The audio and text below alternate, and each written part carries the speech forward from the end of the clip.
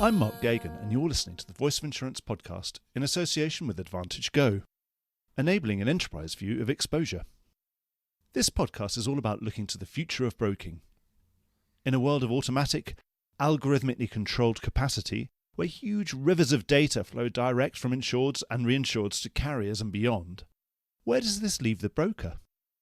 Brokers and technological change haven't always gone hand in hand in our markets. It was brokers that spurned the early versions of electronic placing and constantly worried about whether they would be disintermediated. But these days, a new broker is emerging, one less tied up in extracting remuneration out of the transaction and more intent on adding value through advice and advanced risk management services to their clients. This is what I'm discussing today with Clyde Bernstein, Head of Broking, Willis Towers Watson, Great Britain. A Willis lifer, Clyde is an extremely well-known figure in the London market. Anyone who's spent enough time walking down Lime Street will recognise him, because he's been in the market for over 30 years. He is excellent company, is extremely eloquent, and most importantly, he knows the market inside and out. And that's why his articulation of a vision for the future of broking is so compelling and real.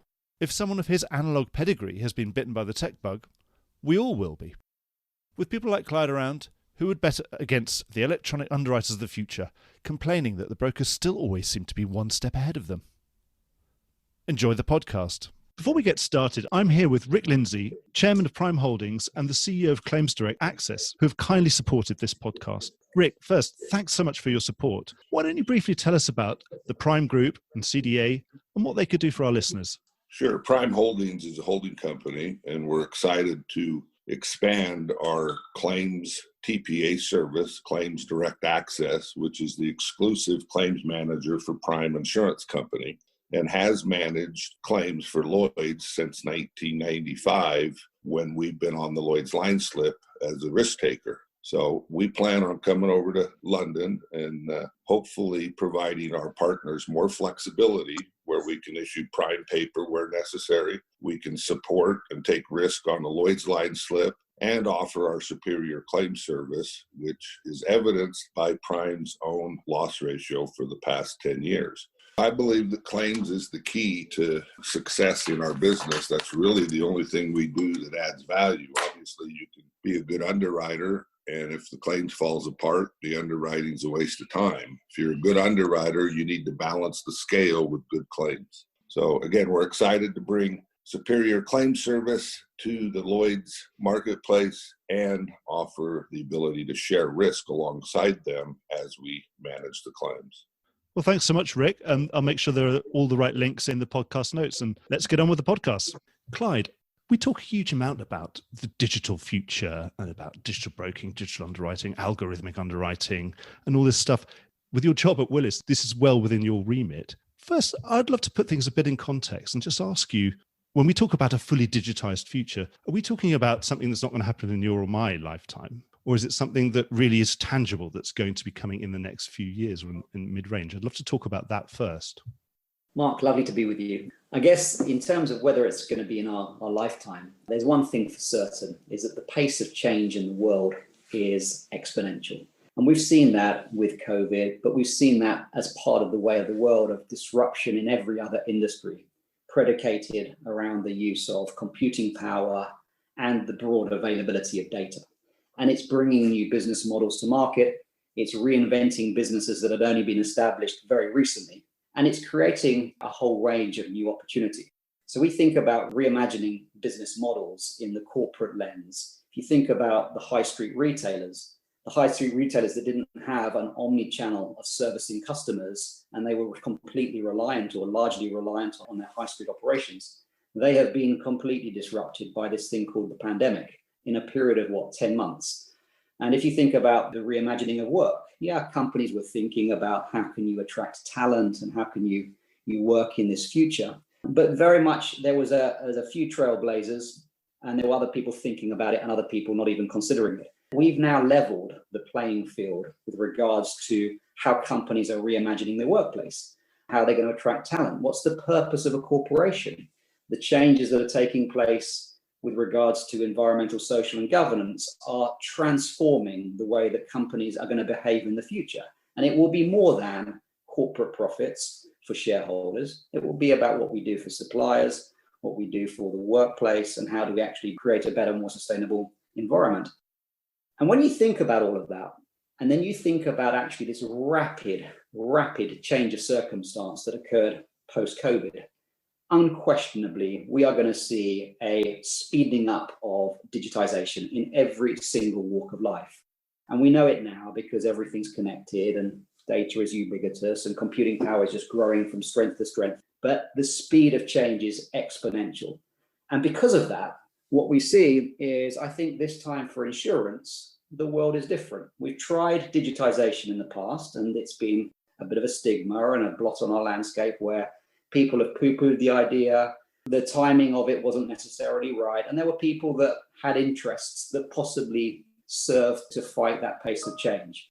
What we have now is an environment where if the industry does not change and embrace technology and digitization, we are going to find that we will become one of those sort of histories of an industry that wasn't able to evolve and to sustain its competitive advantage. So I think this time, Mark, it will be very different to what we've done in the past. How quickly that will happen is a question, and how long's a piece of string. But I think it is happening. And I think people realize now that the relevance and fulfilling the client needs and innovating and creating a future for this thing called insurance has to happen now, and it will happen very quickly. We're talking about the future of insurance broking and reinsurance broking. Would it be fair to say that the broker, as that link in the chain, has been part of that problem and that worry about the automation of broking leading to disintermediation? Do you think that's been part of the reason why things didn't move as fast as they could do? And perhaps now that brokers are getting it, the reason why the roadblock will be removed? That's a good question, Mark. I guess, everybody has talked about the length of the supply chain and the ecosystem of insurance, reinsurance, retrocession, etc.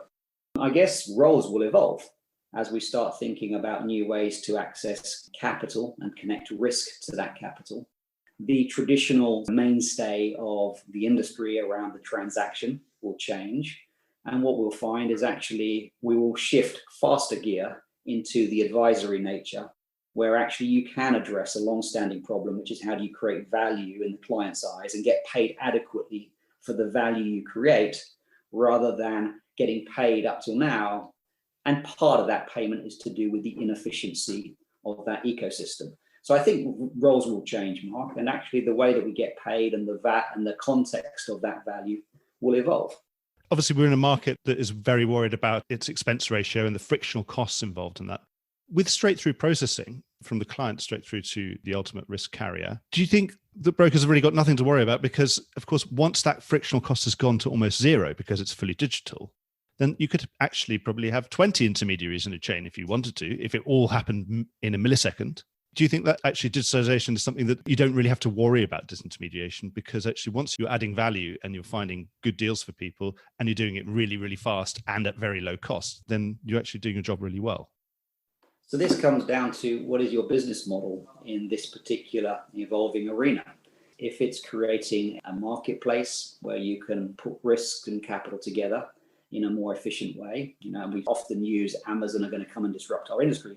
But that's exactly what they did, a highly successful model where they brought together the very best of the merchants, which attracted the buyers. When you have more buyers, you attract more merchants, and you can drive costs down through that. So the democratization of price and the price disclosure improves significantly. That might be one business model. I would suspect that actually, as you start to lower the cost and the frictional cost of the transaction, the way that you'll be paid in the future is actually ensuring that when you bring that capital to the needs of the clients, that capital is appropriate for the understanding of that risk profile of the customer themselves. So being able to clearly understand the changing business model of your clients and what are the risks and their attitude to risk that they're trying to preserve, and then making sure that you can get access not to 10 markets in Lloyd's of London, but you truly access the globe at a touch of a button, is actually going to start to bring, again, that speed of change, the innovation, the creativity, and start addressing different types of capital for different types of solution. We've had this discussion for a very long time in broking industry globally.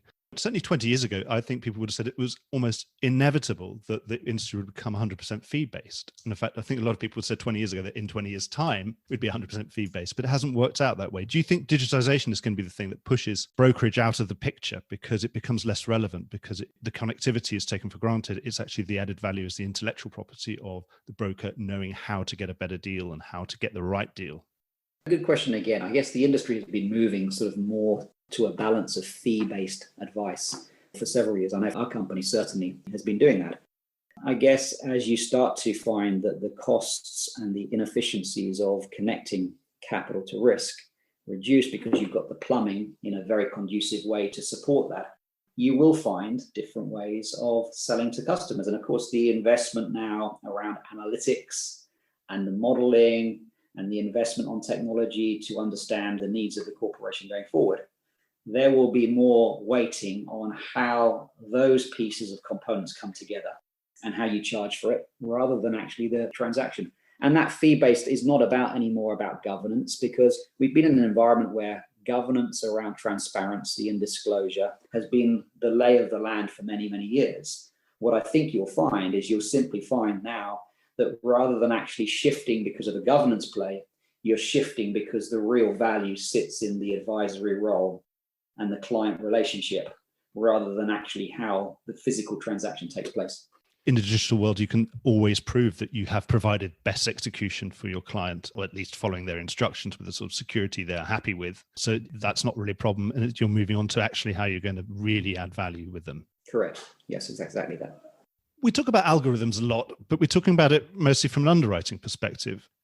How do brokers add value in this age of algorithms? Do you think it should be wonderful broking algorithms that go out there and automatically get better deals for people and sort of outwit the underwriting algorithms? So I guess, whether it's outwitting or whether it's just understanding your marketplace will evolve into more formulaic computing type answers and assessment and management of risk. And I guess the brokers that understand how the algorithms are being developed, taught, evolved, and then brought in for more broader lines of business and some of the simple user cases, it's pretty damn critical. Because if you think about in a world of ubiquitous algorithms, how do you actually get a different deal from that solution provider? Well, the first thing you better do is understand the value of your corporate IP. And your corporate IP is different to the next person's corporate IP. And if you can't articulate and understand how that IP influences the algorithm in the first place, then you will be finding that it's a Me Too business again. But I think the brokers, certainly in the development of the algorithms, the understanding of what makes them tick, how they're learning and evolving, and then equally, how does a customer not play the system, but understand how the system is being used to evaluate risk, is going to be a key differentiator going forward. Some of the people talk about, this is more on the underwriting side, about algorithms. Obviously, they're very good at looking at an individual risk and instantaneously telling you whether it's well rated or badly rated, or whether it's within the parameters that it's been set for itself, and yes or no, and what sort of line I'm going to write. But does it have that ability to really think about building a proper portfolio, a balanced portfolio, and to accept that perhaps sometimes you trade off the diversification benefit of something against its pricing because it's going to fit nicely into your portfolio and not overexpose you to cat in one particular area, for example? Do you think you can see that algorithms are going to be more sophisticated in that sense, or they'll have to have that secondary? Will that always be something that only a human can do? I think if we approach it that only humans can do certain things, I think we're potentially in danger of repeating some of the issues of the past around change. Unquestionably, we have to start somewhere. Now, the algorithms are starting to help the case underwriter look at an individual case. But there are now pricing tools, and you would have seen around the work that Lloyd's did last year around optimizing portfolios and looking at portfolio management, that the decision at a case level can influence the capital, the reinsurance strategy, the whole implications of the broader book of business and all the capital diversification benefits, etc. And what we need tools and pricing and solutions that can help not just the case decision, but then its impact on the portfolio. And you will start finding that the algorithms will be looking at the decision to underwrite an individual case risk, and whether you then pass that to your own reinsurance program or your own capital providers, or whether actually this is a better balance, or it's more effective to portfolio manage, to transfer that into third-party capital. And you will find those speed of button type algorithms helping and empowering the case underwriter to make those types of discussions or decisions, whether they go left or right, and what is the impact on its own capital or third-party capital. Do you think that's where the broker could really add the value, really interrogating those, helping to smooth those portfolios, really interrogating to see where it's a bit light and where it's slightly overexposed, and to bring in risks that you know will help that portfolio rebalance itself and therefore fulfill the appetite of that portfolio at that given moment? I do think that's a role of us. Yeah. The whole portfolio management piece around a broker thinking about managing the client's portfolio rather than actually an individual line of business will evolve. And we think about how brokers are going to evolve in the future. At the moment, yes, you have specialists that work in a particular line of business, but actually as we get closer to the client, we need to understand not just the implications of the property account, but how do you then take the D&O, and how do you consider the personal accidents and the human capital piece of that client's risk profile? And they're looking at it holistically at a risk level. I want to talk to an advisor about how do I optimize my total cost of risk on that portfolio. And we're not asking brokers to change their fundamental expertise in a particular discipline, but they need to be supported and empowered with the tools that can actually work out, if I take this risk into this particular market, what is the likelihood of me achieving the client's goals compared to packaging it in a different way? And the same analysis will happen at the underwriting level as well. Something you said in response to the previous question made me wonder about what the future of treaties might be, in that everybody knows that treaties are a little bit inefficient in many ways, particularly when you've got things like minimum and deposit premiums and you're not quite sure how much your business you're going to write. In this digital world where every single risk is analysed and placed instantly, do you think reinsurance will almost become effectively 100% facultative all the time, in that so it can be so much more efficient, i.e. you'll get the reinsurance for the risk as you place it? So I guess there's two strands here. If you look at the proof case around how things like algorithmic underwriting is starting to happen and how data is starting to affect the pace of change, it will have disruption on the reinsurance industry. And that business model about why you buy something on an annual basis is equally applicable to insurance as it is reinsurance. If you think about the inequity of actually waiting for a whole problem to manifest in a particular line of business before you're able to then effect a change to your buying habits, looks outdated. And if you think about the next generation of consumers and how these people are growing up, Generation Z are growing up into a completely different interaction with technology, they're going to expect stuff on the go. They don't want this annual cycle. And I just think that whole disruption in the broader ecosystem, as well as some of the proof points in our industry, will bring those together and will create a different landscape for how reinsurance is purchased. Do you think it's just going to be more dynamic? So, for example, we get classes of business created out of treaty exclusions, but treaty exclusions we have to wait a whole year for them to come in, and sometimes longer than that, like we've just had with the silent cyber issue, for example, which is obviously going to help reinforce standalone cyber, for example. Do you think in this kind of digital world, everything's just going to be much faster? Well, I think on things like the issue around introducing changes to terms and conditions, typically what we do is we, as an industry, we do that after a problem manifests, as we get better learning.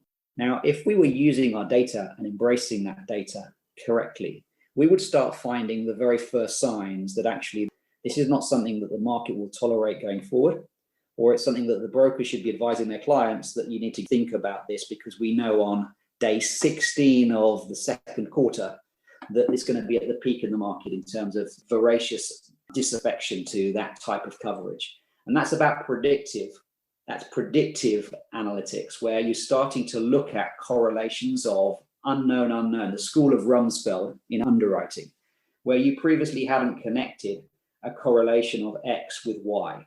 But as your data allows you to start looking at some of these things, what you can start to do is you start to either get clients to change buying habits, or getting them to think about disclosure or the way that they manage risk much earlier on in the cycle, because they've been given a forewarning, as opposed to this industry position where you look at the supply-demand equilibrium and 1 minute it's in favor of one, the next minute it's in favor of another. And unfortunately, it's not that balanced. We have a lot of volatility. But I think the awareness and the availability of data sets, whether that's the client feeding directly information from their maintenance or the production systems directly to their supplier, or whether this is just better predictive modeling because we're starting to see an issue growing. Think about motor. Motor's cracked it. The smallest deviation in pricing can actually affect the ultimate underlying loss ratio. We're starting to see better correlations of risks around the way firms bring in hiring and think about the training of their workforce and what that ultimately means to their loss performance on motor claims, for example. And I think that type of example will start helping us avoid a situation where there's a slam and imposition of coverage exclusions at a particular point, as opposed to us reading the lay of the land, seeing things going off piste and adjusting and correcting accordingly. So it's much more of a world in which the insurer gets in touch with the client through the broker and says, your drivers just drive too fast, and they drive too fast relative, and they brake too hard too late relative to everyone else. So I'm just telling you that because that's going to be a problem. If they're going to carry on doing this, it's going to cost you. And then you give them the opportunity to change the behavior. Is that the way to go? That's a very good way of looking at it. We're seeing that play out already. There's huge studies around educating clients around how quickly do they notify a loss when their own driver is at fault. And the expense ratios associated with that notification are materially different when it's notified on the day of the loss compared to days 2 or 3, because of course invariably you lose control of the negotiation. And I think if you use that and you think about reporting of data and social media and just, again, the extreme availability of technology to the users, the end ultimate audience, what you end up finding is actually things that typically would take 3 days to report become instantaneous. What does that do then to the expense ratio? Because it's one microcosm example, but it's about actually how do you not have to have this run on the bank where you put up with a year of terrible performance before you're able to adjust. And I think there's an argument to say, let's have that in more fluid and real time than simply this period where you consultina everything at a particular point in the calendar. In this digital world where every underwriter gets so much better at cherry picking the best risk or identifying the best risk very quickly, do you think we're running this potential danger, a bit like with what we've had on the regulatory side with gender, for example, gender-based pricing in motor, that being banned in the European Union, for example? How can we avoid that kind of race to effectively get the best risks, but then ostracize the ones that we know are not the best and discard them and turn them into, non-standard risk? How do we avoid that regulators, politicians stepping in and becoming a blunt instrument and saying, sorry, you can't do that. You can't discriminate on this basis. How are we going to get around that problem? That's a good question. Again, it's an interesting dynamic because you're right. The regulator's been there to protect the innocent and consumers more broadly. I guess what you'll find, Mark, is that as you get better information on what are the issues that are causing certain clients to find democracy in pricing and others that are actually left on the sidelines because actually their risk is not conducive to producing, in the opinion of the insurer, an equitable return, you will find new business models coming to market. This is an example of innovation, is that you could ask yourself, if you're one of the many insurers that is chasing the good risks, the sure bet underwriting, as I'd call it, then actually you better make sure that you've got the leanest, meanest platform to compete, because you are going to compete purely on price. But actually, as a business model, you might say that now I understand uncertainty of risk because I've got these feeds of understanding. I know what the production lines are telling me about the fact that the maintenance is not scheduled for another 2 months, but actually we've got some growing fissile disruption in one of the turbines. We should probably do that maintenance in advance. The uncertainty of risk is coming down. So yes, you might not like a particular client sector, but you know a lot more about it than you've ever done before. And as a business model, which one is your business model? Do you want to go and chase the lowest common denominator on pricing? Or do you want to create actually a value proposition where you help clients that have got problems accessing plenty of capital to understand how do they actually improve that proposition, use their own IP again, their knowledge that's ubiquitous in their own organization, but possibly hasn't been shared with the organizations to improve the clarity of understanding, and help them move themselves back into a navigable position. And I would argue that what you'll find is new markets created for both, and that will add a bit of competition.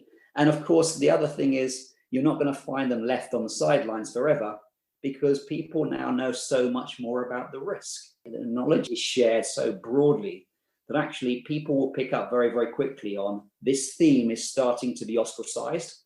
Let us help you now understand why the next company or peer group is not experiencing the same problem as you. So as long as you can aggregate it, understand it, and price it for profit, then you're going to be fine. Something else on the regulatory side to talk about would be, imagine we're in an instant live pricing environment. People talk about that certainly now with motor, to say we'll almost be pricing you per journey, and we'll be pricing you along the way, depending on how hard you accelerate or how hard you brake, or whether you're paying attention or not, and whether you're playing with your iPhone or something while you're driving. On the regulatory side, I'm sure the regulators will be very keen to understand that insurers and everybody are going to be treating people fairly along that instant live pricing journey. How do you think we're going to be able to ensure that? I guess, that's part of the value proposition of the suppliers that are moving into that space. So if you're targeting a good gig economy where you know that your customer is going to be not using the insurance to fit in with their own work, life, home balance, etc., that product is not going to be fit for purpose if it has the ability to simply move in and move out and leave the customer. Because what they're doing is they're exploiting a gap, which is the traditionals have not created a product suitable for that type of emerging consumer. So actually the products that are coming through now are taking account of not just a more efficient way to manage the risk, to assess and price the risk, but also introducing new forms of values. And this is a fundamental shift in the way that I actually think about the purpose of insurance, is that it actually starts to address that real good cause. Insurance as a cause for good. We've talked about it a bit. We've talked about it and used examples such as how we rebuild society after a major catastrophe. But more and more, actually, the issues of the product are going to be built in with that true delivery of a promise to pay. A promise to pay where you look after the consumer knowing that your biggest sales opportunity is the performance of the payment of a loss at a time of a crisis. If you just think about what we do at the moment, and I think I use the analogy that the great Steve Jobs, if he looked at this insurance product, he'd say, okay, so your purpose is a promise to pay, correct? Yes, it is. And why is it then you bury, as an insurer, your head in your hands when a loss comes through? You should be singing from the hilltops, because that is a customer for life, and it's a customer that's going to tell 6 of their friends to go and buy from you. It's your biggest sales vehicle. And what we end up doing is we end up reassessing the client, we substantiate the loss, we spend weeks and months, etc., articulating to try and get to this issue of indemnity, when in reality, that principle, that doctrine of 100 years has moved on with times. We know now which clients are scoping the system, which ones have a moral hazard. The availability of data will tell us that. We'll understand that from looking at whether the client is going through a divorce or whether they've got county court judgments. All of that information is available to us, but it was never there before. So how do you actually use that to say, we are now going to use this promise to pay based on the value of the product? And the value of the product is to get that consumer back on their feet as quickly as possible. And if we can think like that and build that into the proposition of the product, we're not just addressing this typical insurance thing, we're addressing all of the environmental, social, and governance issues that are coming down the track. On that claims product idea, how far do you think digital claims broking can go? Obviously, things like parametric covers are obviously going to be instantly payable because the parameter will either be hit or it won't be hit, and then the payment will be made. But how far do you think we can really go with digital claims broking, and what reasonably could we expect?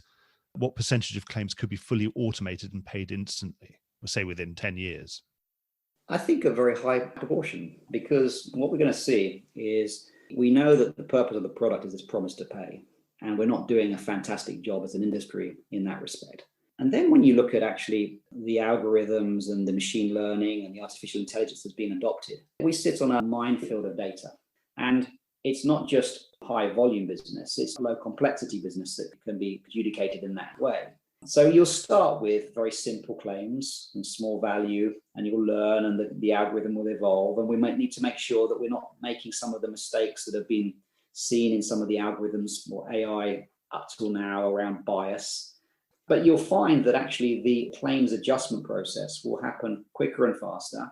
and it will be applicable to more and more things. As the data grows, as the clarity of our contracts improves, as a fundamental role of actually giving the customer what they bought and what they said on the tin, you will realize that the performance and the claims adjustment will improve exponentially. And is it going to be small business only? No. There'll be complex claims, unquestionably, that will, at this point of time, need further review and insight and expertise of the human intervention. But certainly, if you viewed the purpose of the product as that promise to pay, you'd be doing everything possible to effect a faster payment on the claim side. So certainly on physical loss or damage type claims, presumably the last bastion of human intervention is going to be where there's bodily injury and there's some legal liability. So you can need doctors and lawyers to help you out. Yeah, that's a good point. But if you think about, I don't know, the number of papers that have been written on COVID from the medical profession, is when you think about Wikipedia is 20 years old now, and it used to be again questioned as to whether it was a version of the truth or not. But actually it is now used by professions more extensively than anything else. Because actually when you have 80,000 of the world's very, very best clinicians and medical officers, etc., writing about what they're learning, seeing, experiencing in the world of health, for example, on this particular crisis called COVID, and you bring that into a database and you run it, you learn far better. And that's how we as a world has been able to produce vaccines in the space of 10 months compared to many, many years. And I guess if you think about that, actually using some of those vast amounts of data that sit out in the world that just not been able to get hold of in the past or being able to analyze, well, we can analyze them now because computing power is stronger than it's ever been. The availability of that information, there's a culture of knowledge sharing, actually, where we do open up and we make things available as opposed to being protective. And that's the democratization of knowledge theme. And what you'll find that actually even things like bodily injury will start actually taking into account multiple different views or lenses about actually how do we quantify or understand the issue of going to court over 5 years, or whether actually we decide to make an intelligent view now. And the intelligent view now will be very different in the future to how we've historically decided whether to go to court or not, because of that knowledge and that information and access to things that will help us make better and more informed decisions. Presumably it will also help inform the plaintiff to realise that they probably should settle when you're offering something reasonable. Absolutely. And it will be a credible case. You make a very good point.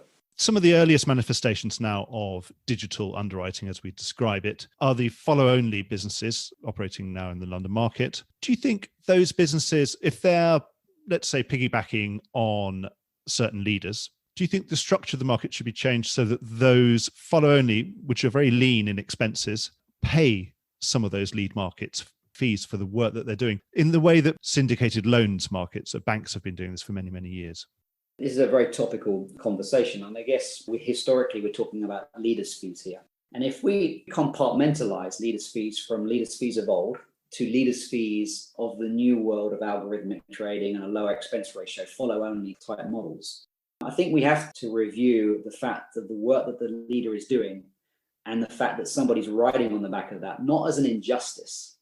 And I think we need to get out of our head that actually has inequity, because what I see this as actually a fundamental business model decision as to whether you want to run your business in a highly efficient way and use technology and data and algorithms to effectively do that business differently to how it's been done in the past.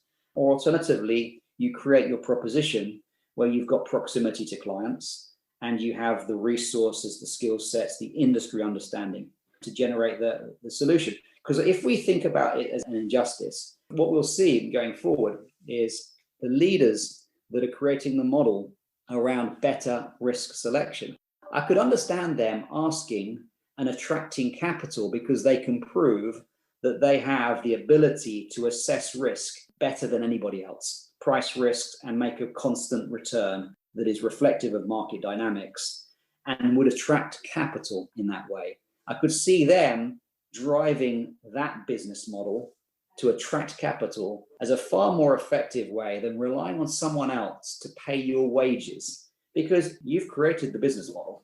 Whether you want to be a follow only or whether you want to be a leader, the way that you earn money is based on we've invested in technology to make this lean and mean, or we've actually invested in capability and insight and resources to make the very, very best decisions from a client perspective. And I don't think we should get back into how we money swap, who pays for what, because actually the people that are questioning at the moment about whether this is a fair play are the people possibly that haven't quite yet worked out whether they want to continue or whether they have a multi-strand type strategy where they have capital that supports a follow-only type of style and a capital that drives risk selection and proximity to customer. But I think it's a dangerous game if we apply the old thinking of leaders' fees to this new model that's creating. It's innovation. It should be rewarded and not inhibited. If a leader wants the fees, they should actually get that capital on their own balance sheet, or at least through their own relationships, their own sidecars, and they should be organizing that capital around their underwriting rather than just underwrite their own account and then worry about what else. If something goes out into the open market, then it's in the open market and they shouldn't necessarily have any hold over the economics. Correct. That investment, I can imagine that the people that are doing follow only at the moment as an introduction, they're introducing softly. Yes, it's innovation. It's the first that's been tried, but they ain't going to stop there. They're going to start actually looking at that algorithm and saying, actually, how do we now use it to price risk? And when I price risk, actually, can I do the job of a lead position? Or can I do more than a follow-only proposition? And you'll find that actually capital will start navigating through to people that have those types of models. And of course, then you're probably looking at, is that a more sustainable model where your risk selection, your use of technology and algorithms, etc., lower cost of operating, is a more sustainable model to produce a better return for your shareholders than actually propping up your underwriting with a 5% overrider from a follow market that's paying you a leader's fee? That's going to play out, but I would suspect that if we want to control our destiny, we need to get away from asking somebody else to look after the fact that I can't get due return from my front end underwriting. Would you think that leaders will inevitably become bigger, have bigger lines? That's a possibility. Or alternatively, you could see a situation where actually the follow markets become far more authoritative. Because actually, if you're a leader with a capacity, let's say you're able to put out a 20% line on a contract, but you need 100% to fulfill the client's needs, actually the capital that is aligned and prepared to align itself to you as a leader's proposition can actually change your proposition with the ultimate client. So if I know that I have a following because I'm producing the very best returns, I could see a situation where my offer is 100%, not 20%. Or alternatively, the following markets become more authoritative than the leaders in that respect, because they're the ones that make or break the proposition in the first place. So that's another sort of interesting play that we'll see over these next few months and years. So we've really got nothing to worry about necessarily. It's all going to be competition. It's going to be fairly Darwinian, and the best underwriters, like always, are going to do fine. Yes. One last question, Clyde. What would be your parting words to anybody listening to this to say, what can we expect to see sitting in Willis, head of broking? What sort of changes would we expect to see over the short and then the medium and then the long term? Mark, I guess my advice to our business is that disruption and change is now just a standard thing we have to live with. And if we reject some of the changes that are coming through and we don't embrace them, we will be a pawn to those that are more interested in looking at this opportunity, this thing called insurance, and actually seeing whether they can not disrupt the whole ecosystem. We've seen that insurtech, etc., are coming in and taking small bite-sized shades in areas of whether it's claims or whether it's distribution or whether it's operations. But embrace the change. Let's get on the bandwagon. Let's evolve the broking proposition so that actually we have a future. Because if we do not start using and thinking about how do we maintain our competitive advantage in this changing landscape, we will find that actually we have been disrupted by technology. But if we evolve our skill sets and our use and our embrace of technology, yes, the way that we work will be different.